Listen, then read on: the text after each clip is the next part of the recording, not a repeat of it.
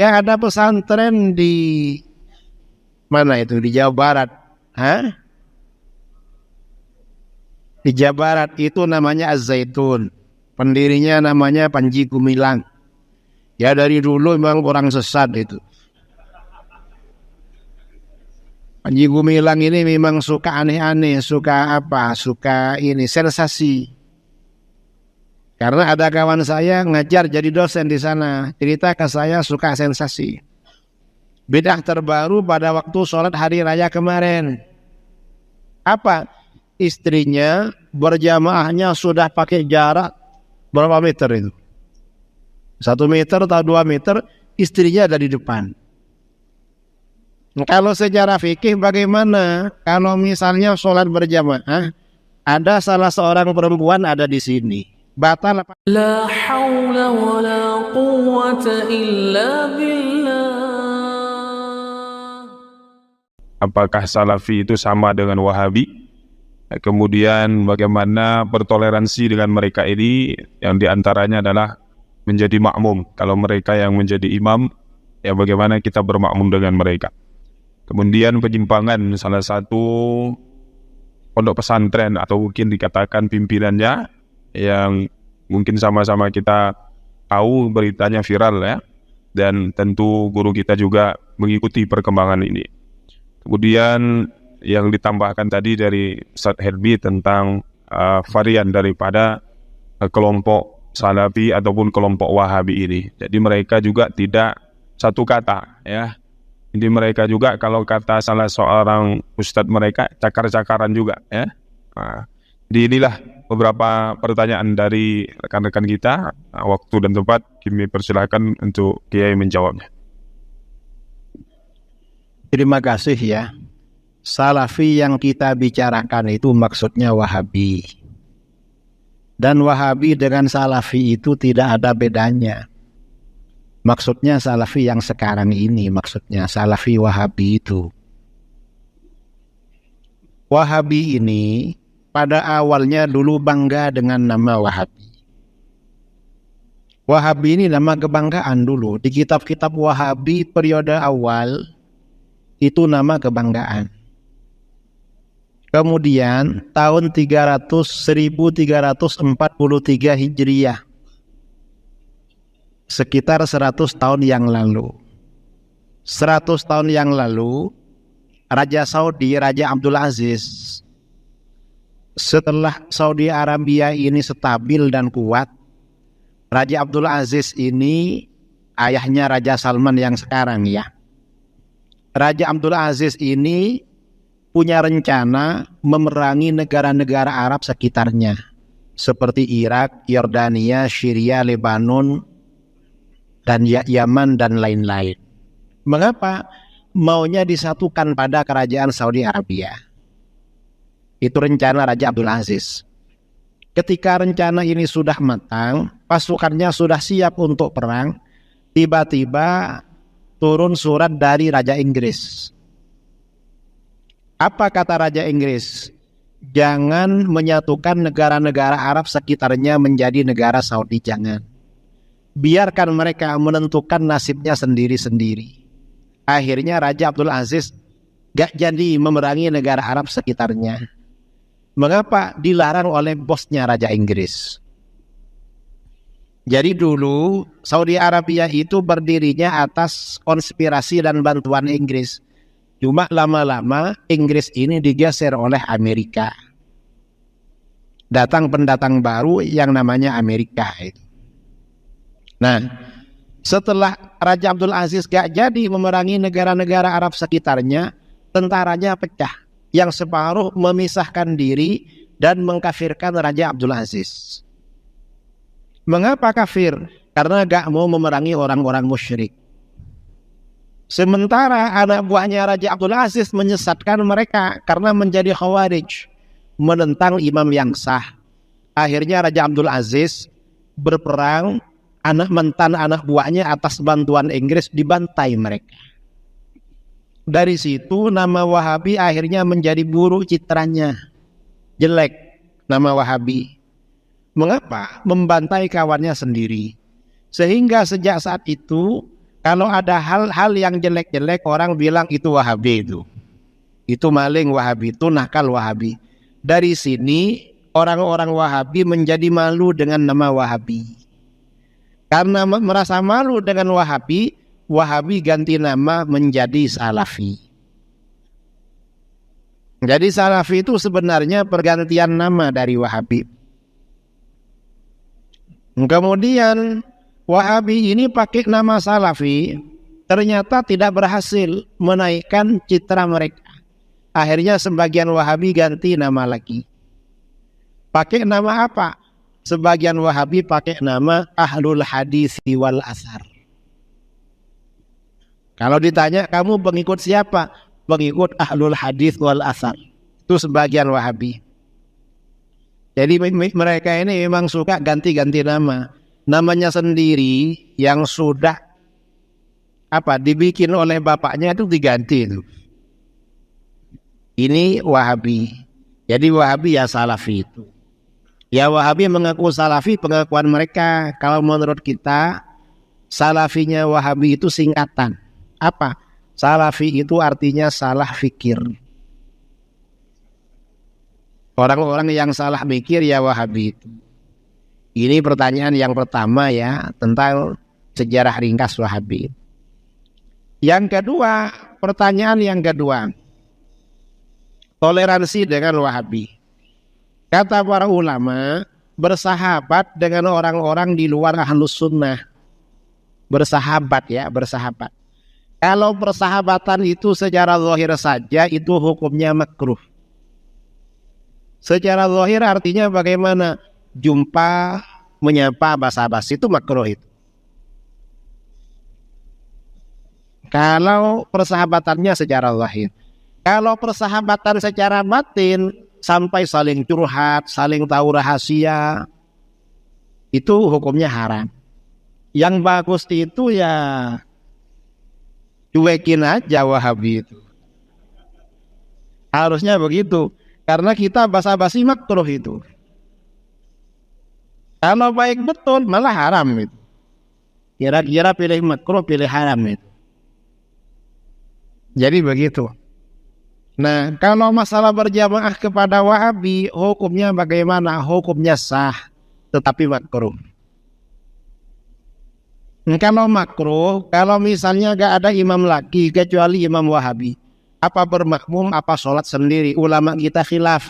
Sebagian ada yang bilang sebaiknya bermakmum, karena gak ada lagi. Sebagian ada yang bilang sebaiknya sholat sendiri, karena bermakmum sama dia agak nambah pahala. Justru pahalanya defisit. Ngurangin pahala katanya. Jadi khilaf masalah ini. Ini masalah toleransi ya. Dan saudara-saudara terutama yang belum menikah, kalau mau menikah cari wanita yang aswaja. Kalau Wahabi jangan, nanti gak harmonis dalam rumah tangga itu. Karena ada kawan saya alumni Azhar ya, menikah dengan orang yang agak Wahabi. Ya ternyata ya memang tidak begitu ini, sering mengeluh. Dan khawatir nanti saudara kalah sama istrinya. Kalau kalah malah suaminya ikut Wahabi. Di dalam Sahih Bukhari itu Imam Bukhari punya guru ya, salah satu guru beliau ke atas namanya Imam Imran bin Hittan. Imran bin Hittan ini asalnya orang Ahlus Sunnah, tapi kemudian menjadi Khawarij. Mengapa menjadi Khawarij? Ada gadis Khawarij orangnya cantik. Beliau tidak ganteng, dilamar oleh beliau, cuma beliau alim. Oleh kawan-kawannya diingatkan, Buya atau Ustadz jangan lamar itu Khawarij, nanti Buya terpengaruh. Kata beliau, saya aswajakan katanya. Saya aja aswajah. Akhirnya ngelamar sama Khawarij. Ternyata bagaimana? Bukan beliau yang mengaswajakan istrinya, malah beliau menjadi Khawarij. Itu Imam Imran bin Hittan. Khawarij karena pengaruh istrinya. Jadi begitu ya. Ini pertanyaan yang kedua. Kalau toleransi ada, Cuma ada beberapa hal Wahabi itu gak masalah dengan kita. Apa? Mereka boleh sholat di masjid kita. Dan kalau mereka mati boleh dikubur di kuburan kita. Karena sama-sama muslim. Jadi gak masalah itu. Ini masalah tadi. Pertanyaan yang ketiga, ada pesantren di mana itu? Di Jawa Barat. Hah? Di Jawa Barat itu namanya Az-Zaitun. Pendirinya namanya Panji Gumilang. Ya dari dulu memang orang sesat itu. Panji Gumilang ini memang suka aneh-aneh, suka apa? Suka ini sensasi. Karena ada kawan saya ngajar jadi dosen di sana, cerita ke saya suka sensasi. Bidah terbaru pada waktu sholat hari raya kemarin. Apa? Istrinya berjamaahnya sudah pakai jarak berapa meter itu? 1 meter atau 2 meter, istrinya dari depan. Kalau secara fikih bagaimana? Kalau misalnya sholat berjamaah, ada salah seorang perempuan ada di sini, batal apa enggak? Menurut mazhab Imam Syafi'i tidak batal, asal enggak bersentuhan. Kalau sholat sambil pegang-pegang, ya batal karena wudhunya batal kan? Kalau menurut Imam Hanafi, batal itu. Dalam kasus Panji Gumilang perempuan ada di depan. Mazhab Syafi'i tidak batal. Tapi walaupun enggak batal itu sesat. Bid'ah sesat. Mengapa bid'ah sesat? Karena di dalam hadis aturan as-shaf itu khairu sufufir, sabda Rasulullah SAW, khairu sufufir rijal awwaluha wa syarruha akhiruha. Sebaik-baik as-shaf laki-laki dalam sholat itu di depan. Yang di belakang yang paling jelek. Itu shafnya laki-laki. Kalau perempuan sebaliknya, wa khairu sufufin nisa akhiruha. Kalau shaf perempuan yang paling baik yang di belakang. Wa syarruha awwaluha, as-shaf perempuan yang paling jelek yang di depan. Mengapa? Karena di depan jumpa laki-laki di depannya, yang laki-laki jumpa perempuan di belakangnya. Makanya paling jelek. Yang baik yang di belakang. Itu aturannya. Nah kalau ada perempuan ada di shaf paling depan, ya di belakangnya laki-laki itu jelek. Gimana kalau perempuan ada di depan di belakang imam? Kan tambah jelek itu. Kadang ada yang bilang itu yang perempuan sudah tua. Itu tua menurut yang muda. Bagi yang seusia oke-oke aja itu.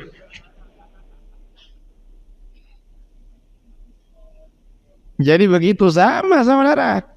Ini diantara ajarannya ya, ajarannya Az-Zaitun.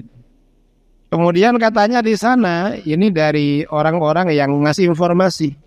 Kalau sholat Jumat, di sana itu di bagian depan ada beberapa kursi menghadap jamaah.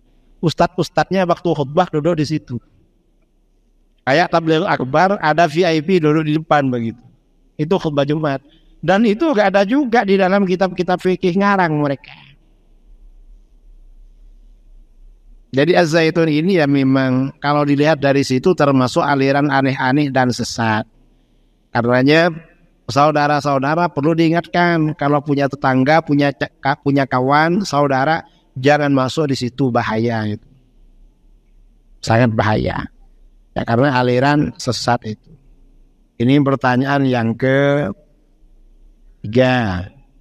Pertanyaan yang keempat, sesama Wahabi saling cakar-cakaran, saling mengkafirkan. Betul, bukan cuma saling mengkafirkan, bahkan saling bunuh-membunuh saudara. Kan tadi saya ceritakan itu. Sampai sekarang seperti itu. Ustadz-ustadz yang ada di Raja itu musuhan dengan yang ada di luar Raja.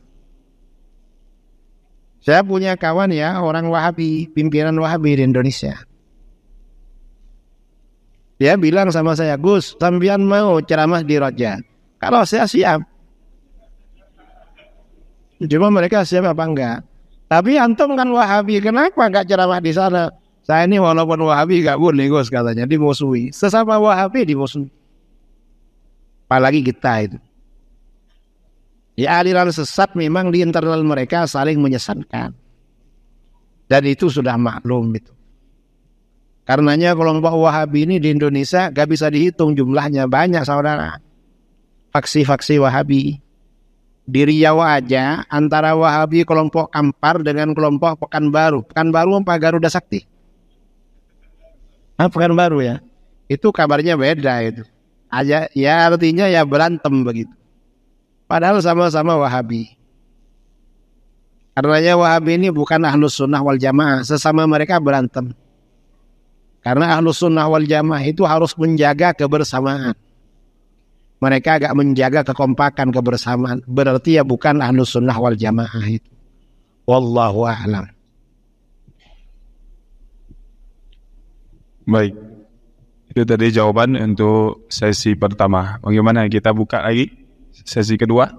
Masih ada yang mau bertanya? Masih ada. Gimana Ki? Baik. Kita buka 3 penanya lagi ya. Kalau ada yang dari ibu-ibu, 1 penanya? Ada? Ibu-ibunya masih malu-malu ya. Baik. Dari Ikhwan. Yang belakang itu ya, kita ambil 1. Yang di tengah 1. Sebelah sini, kiri 1 ya. Silakan. Ya, seperti tadi, mudah-mudahan bertanyanya bisa disingkat pertanyaannya. Nih, tengah sini ada. Yang di belakang mungkin bisa maju aja, agak maju ke depan sini, dekat ini bertanya. Biar nanti bisa menghemat waktu. Assalamualaikum Kiai. Izin bertanya Kiai, apakah bisa kita masukkan Wahabi ini ke dalam kelompok munafik?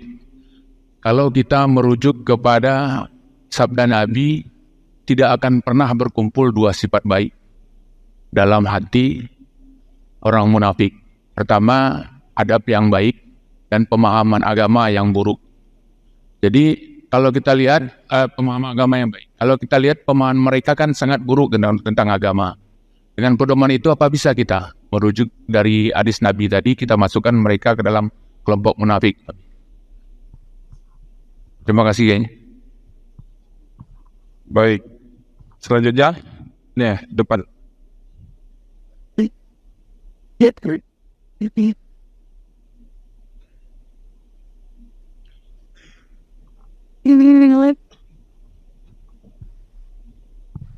Bismillahirrahmanirrahim. Assalamualaikum warahmatullahi wabarakatuh. Waalaikumsalam warahmatullahi wabarakatuh. Izin bertanya Kiai. Langsung saja di sini pertanyaan saya ada 2. Yang pertama, sudah banyak kita ketahui bahwasanya di dalam sosial media yang baru viral belakangan ini, nama beliau Ustadz Riyad bin Badar. Jadi beliau di sini yang menyimpangnya tentang kalimat Allah. Kita ketahui bahwasanya ahli tasawuf, ahli zikir di negeri kita ini, bahwasanya mereka menggunakan zikir yaitu dengan kalimat Allah. Tapi menurut Ustadz Riyad di sini, bahwasanya kalimat Allah itu bukan zikir, kecuali disambung dengan kalimat-kalimat yang lain, misalnya Subhanallah, Allahu Akbar. Lalu yang menyimpang di sini Kiai, dia mengatakan kalimat Allah ini bukan zikir. Kita bilang Allah tidak berpahala katanya, karena Allah bukan zikir katanya. Yang kedua Kiai, ketika kita menyampaikan ayat mutasyabihat, apakah kita harus menyampaikannya dengan tafwid atau takwil Kiai? Terima kasih. Assalamualaikum warahmatullahi wabarakatuh. Warahmatullahi wabarakatuh. Baik, silakan nanya selanjutnya. Bismillahirrahmanirrahim. Assalamualaikum warahmatullahi wabarakatuh. Assalamualaikum warahmatullahi wabarakatuh. Izin bertanya Kiai, saya seorang mahasiswa Kiai. Jadi untuk memenuhi kebutuhan hidup, saya seorang perantau dari Sumbar, Sumatera Barat. Jadi saya tinggal di sebuah masjid di Air Hitam. Nah, sebelum saya masuk ke masjid itu, saya mendengar dari kawan-kawan saya yang tinggal di sebuah masjid itu awalnya bukan Wahabi, bukan disinyalir Wahabi dan tidak terpengaruh Wahabi. Namun setelah beberapa akhir-akhir ini masuknya Wahabi ke masjid tersebut, dan saya sebagai takmir di situ atau sebagai marbot di situ. Namun dari beberapa tanggapan sikap dari Wahabi tersebut, mereka tidak terlalu mempermasalahkan saya membaca zikir jahar. Namun ketika saya imam salat subuh atau salat subuh ya, membaca kunut, mereka tu tidak mau mengangkat tangan mereka untuk itu. Apakah pandangan kita sebagai ahlus sunnah terhadap polemik yang mereka perbuat ketika tidak mau mengangkat tangan ketika kita baca kunut? Apakah mereka itu tidak memfasah salatnya gitu? Mungkin itu saja, Kiai. Assalamualaikum warahmatullahi wabarakatuh. Assalamualaikum. Baik, ini mungkin terakhir satu ya, di tengah. Terakhir ya.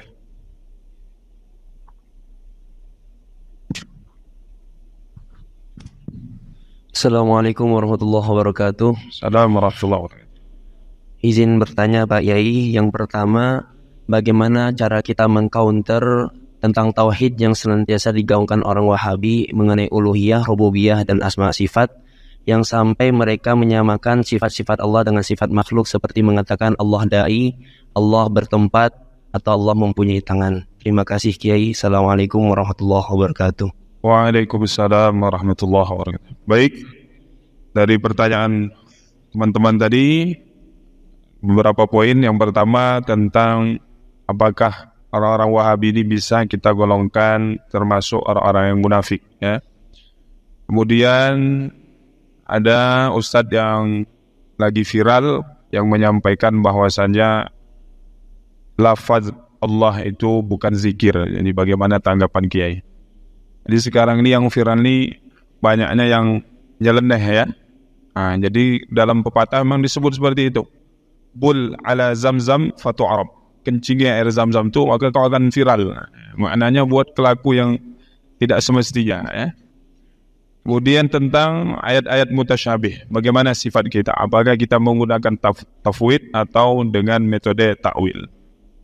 Kemudian masjid yang sebagian jamaahnya ketika kunut subuh karena dia paham Wahabi, mengikut anjuran gurunya. Kalau imamnya kunut, tak usah kunut ya, karena imamnya melakukan perkara bid'ah, jadi tak usah ikut. Ini juga sebenarnya sudah dibantah oleh ustaz-ustaz kita yang lain juga. Nah, bagaimana baiknya menyikapi jamaah yang seperti ini? Kemudian mengkonter tauhid Wahabi ini ya, tentang pemahaman mereka tentu dalam masalah tauhid ya, berseberangan, tidak sama dengan pemahaman ulama-ulama Ahlus Sunnah wal Jamaah. Nah, inilah mungkin kenapa kita menyebut mereka berbeda dengan kita. Silakan tanggapannya ataupun kemudian kita persilakan untuk memberikan jawaban. Apakah Wahabi itu masuk kelompok munafik? Kalau orang munafik itu secara zahir termasuk Islam, cuma hatinya kafir itu. Tapi secara zahir muslim mereka. Karenanya ketika ada sebagian umat Islam waktu takbir ya, takbiran di Idul Fitri, Idul Adha, menyebut walau karihal munafikun, itu disalahkan oleh para kiai. Yang ada di Al-Quran walau karihal kafirun atau walau karihal musyrikun. Kalau walau karihal munafikun jangan. Karena orang munafik itu secara hukum dunia statusnya muslim. Orang munafik ini ada harapan nanti hatinya mereka Islamnya benar-benar kalau sembuh itu. Tapi kalau gak sembuh ya gak benar. Adapun orang Wahabi ini ya tetap muslim, tetap mukmin, hanya sesat dan menyesatkan gitu aja. Gak sama dengan munafik. Ya cuma kalau berdalil mereka sering berbohong, memang itu sifatnya munafik. Tapi bukan munafik yang kelas berat begitu ya. Bukan munafik aqadi, bukan munafik akidah. Itu hanya munafik amali, perbuatannya mirip orang munafik. Ini pertanyaan yang pertama. Artinya kita gak mengkafirkan Wahabi.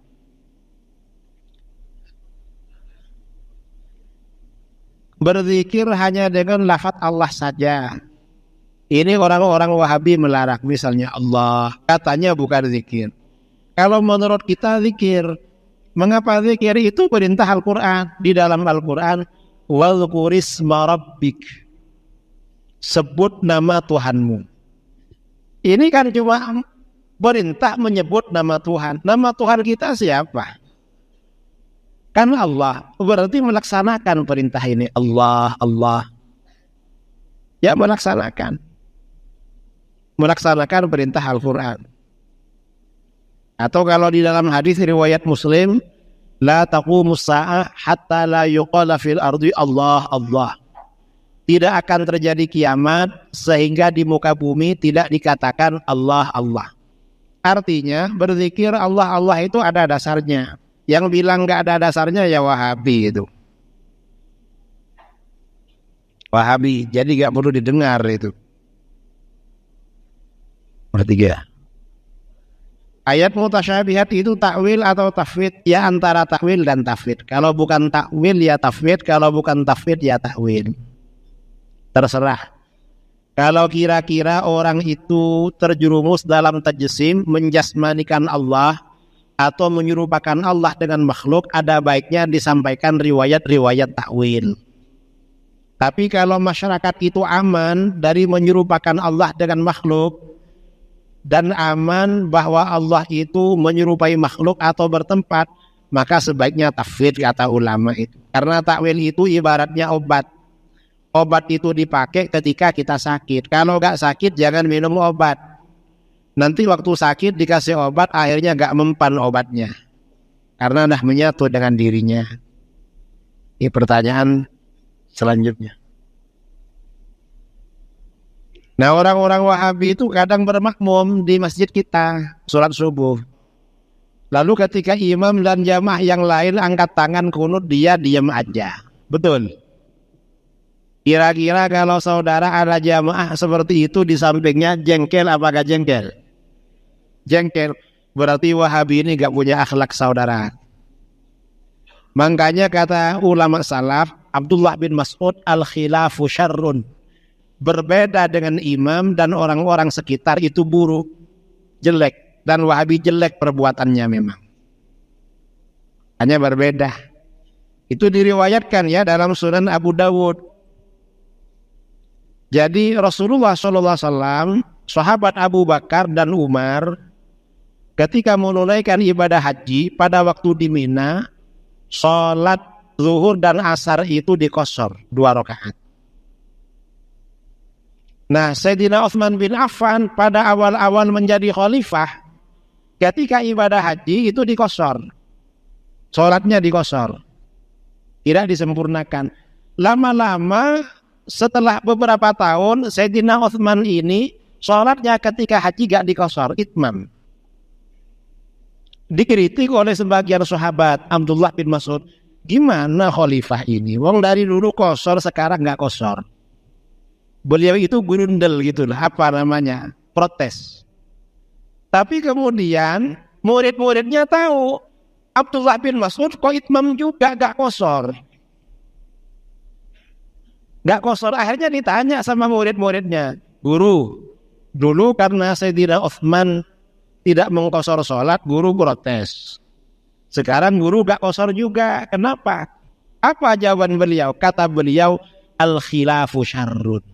Berbeda dengan imam itu buruk sekali. Dan itu diamalkan, yang buruk-buruk yang amalkan Wahabi itu biasanya. Jadi ya namanya Wahabi lah, ya gitu itu Wahabi. Kalau mengkantor tauhid rububiyah, uluhiyah, asma wa sifat, itu hukumnya wajib. Gimana cara mengkantornya? Ini banyak diterangkan ya dalam daurah para asatid.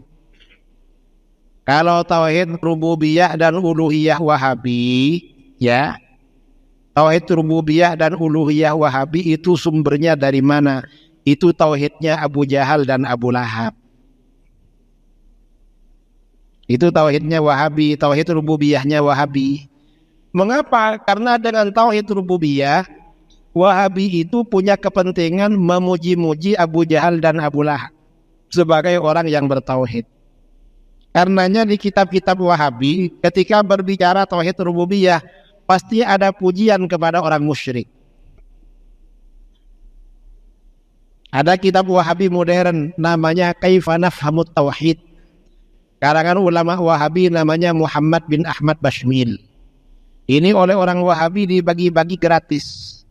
Di kitab ini Kaifa Nafhamut Tauhid, bagaimana kita memahami tauhid.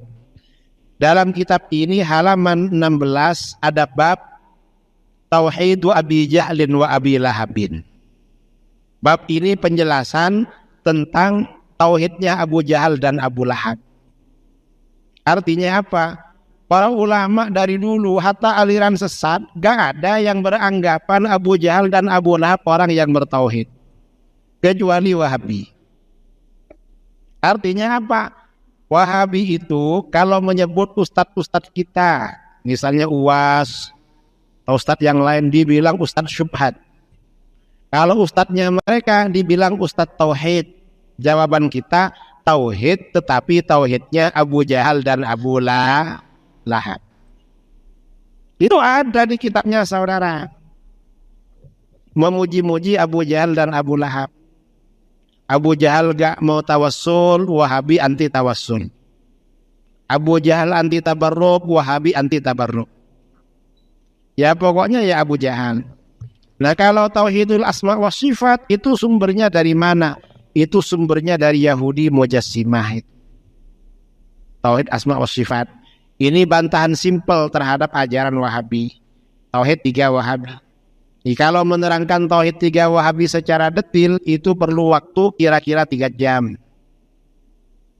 Latar belakangnya bagaimana, hubungannya dengan Ahlus Sunnah bagaimana, itu tauhid Wahabi. Jadi memang ini masalah pokok ya, masalah pelik masalah ini. Dan gak boleh menerima tauhid Wahabi karena tauhid Wahabi salah memang. Jadi yang rububiyah itu mengambil dari Abu Jahal, Abu Lahab. Dan Wahabi ini menganggap umat Islam di luar Wahabi lebih syirik daripada Abu Jahal dan Abu Lahab. Di kitab Wahabi ya Kaifa Nafhamut Tauhid, si Wahabi ini mengatakan inna Aba Jahlin wa Aba Lahabin wa man ala dinihima minal musyrikin kanu yu'minuna billah wa yuwahhidunahu fir rububiyah khaliqan wa raziqan muhyiyan wa mumit darran wa nafi'an wa la yusyrikunahu fi dzalika syai'an. Sesungguhnya Abu Jahal, Abu Lahab dan orang-orang musyrik yang seagama dengan mereka selalu beriman pada Allah dan mentauhidkan Allah dalam hal rububiyah, gak syirik sedikit pun dalam hal itu. Ini kata Wahabi. Ini jelas bertentangan saudara dengan Al-Quran. Untuk Abu Lahab ada surat khusus buat Al-Quran. Untuk Abu Lahab dari Al-Quran, tabbat yada abi lahabiu watak. Itu bukan pujian pada Abu Lahab. Itu untuk mencela dia. Oleh Wahabi malah dipuji itu. Adapun Abu Jahal di dalam Al-Quran ada. Innal ladzina kafaru sawa'un 'alaihim a'anzartahum am lam tunzirhum la yu'minun. Sesungguhnya orang-orang kafir, baik kamu sampaikan peringatan pada mereka atau tidak kamu ingatkan mereka, gak akan beriman. Gak akan beriman.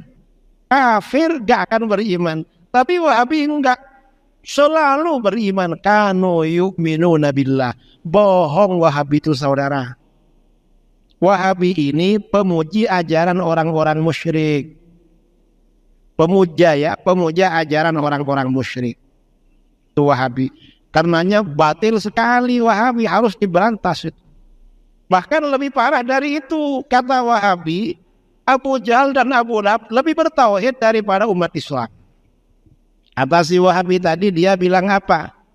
Ajibun wa gharib ayyakuna Abu Jahal wa Abu Lahab aktsara tauhidan lillah wa akhlasa imanan bihi minal muslimin alladzina yatawassaluna bil awliya'i wassalihin.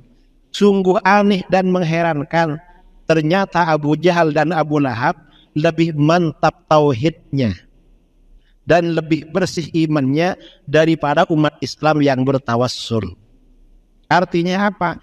Kita ini dikafirkan oleh Wahabi, dianggap lebih kafir daripada Abu Jahal dan Abu Lahab. Kalau Abu Jahal dan Abu Lahab masih bertauhid itu, kita di bawahnya. Ini Wahabi. Jadi ajaran Wahabi itu bahaya, saudara. Bahaya. Karena merusak ajaran Islam yang orisinil. Kalau tauhid asma wa sifat itu sumbernya dari ajaran Yahudi. Karena kelompok Mujassimah itu asalnya dari Yahudi. Ya Wahabi ini yang ikut. Kalau di kitab-kitab Wahabi, Tuhan itu digambarkan mirip seorang laki-laki yang masih muda belum berjenggot. Kalau di kitabnya Yahudi, Tuhan itu seperti laki-laki yang sudah tua, rambut dan jenggotnya putih semua. Artinya apa? Ada hubungan akidah antara Yahudi dengan Wahabi.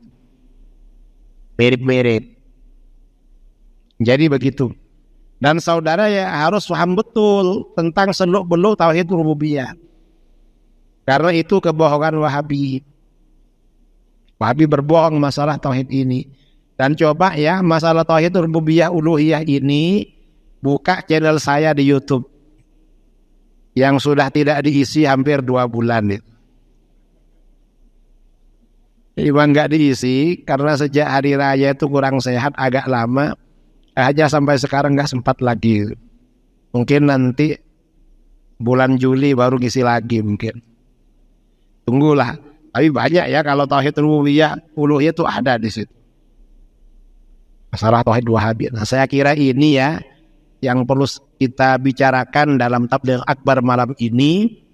Ya mudah-mudahan kita tetap istiqomah di dalam akidah Ahlus Sunnah wal Jamaah. Dijauhkan dari virus Wahabi. Amin Allahumma amin. Mari kita baca doa bersama. Itu besok lagi besok ya. Besok di Nurul Huda ya datang. Kalau mau tanya kalau ada waktu. Atau besok malam di mana? Besok sini. Abu Sabar ya. Besok malam. Insya Allah besok malam pertanyaannya lebih panjang nih. Mari kita baca doa bersama. Bismillahirrahmanirrahim. Alhamdulillahirabbil alamin. Hamdan yuwafi ni'amahu mazidah. اللهم صل على سيدنا محمد صلاة تنجينا بها من جميع الأهوال والآفات وتقضي لنا بها جميع الحاجات وتطهرنا بها من جميع السيئات وترفعنا بها عندك أعلى الدرجات وتبلغنا بها أقصى الغايات من جميع الخيرات في الحياة وبعد الممات وعلى آله وصحبه وسلم.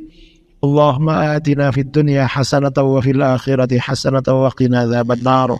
ربنا هب لنا من أزواجنا وذرياتنا قرة أعين واجعلنا للمتقين إماما. اللهم قسم لنا من خشيتك ما يحول بيننا وبين معصيتك ومن طاعتك ما تبلغنا به جنتك ومن اليقين ما تهون به علينا مصائب الدنيا. اللهم متعنا بأسماعنا وبصارنا وقوتنا ما أحييتنا واجعله الوارث منا واجعل ثأرنا على من ظلمنا وانصرنا على من عادانا ولا تجعل مصيبتنا في ديننا ولا تجعل الدنيا أكبر همنا ولا مبلغ علمنا ولا تسلط علينا من لا يرحمنا. اللهم زدنا ولا تنقصنا وأكرمنا ولا تهنا وأعطنا ولا تحرمنا وآثرنا ولا تؤثر علينا وأرضنا وارض عنا واغفر لنا ولوالدينا ومشايخنا ومعلمينا وأصحابنا وأحبابنا وذوي الحقوق علينا وللمسلمين والمسلمات والمؤمنين والمؤمنات الأحياء منهم والأموات. وصلى الله على سيدنا محمد النبي الأمي وعلى آله وصحبه وبارك وسلم تسليما كثيرا. سبحان ربك رب العزة عما يصفون وسلام على المرسلين والحمد لله رب العالمين. تقبل الله منكم. السلام عليكم ورحمة الله وبركاته.